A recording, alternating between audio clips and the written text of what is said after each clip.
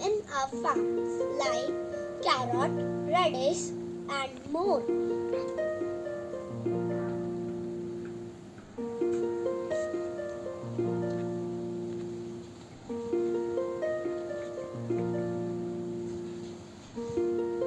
I am a farmer. I am the backbone of the country.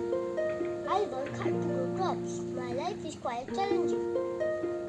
Farmer never stops their work, regardless of hot summer, rain, and cold winter.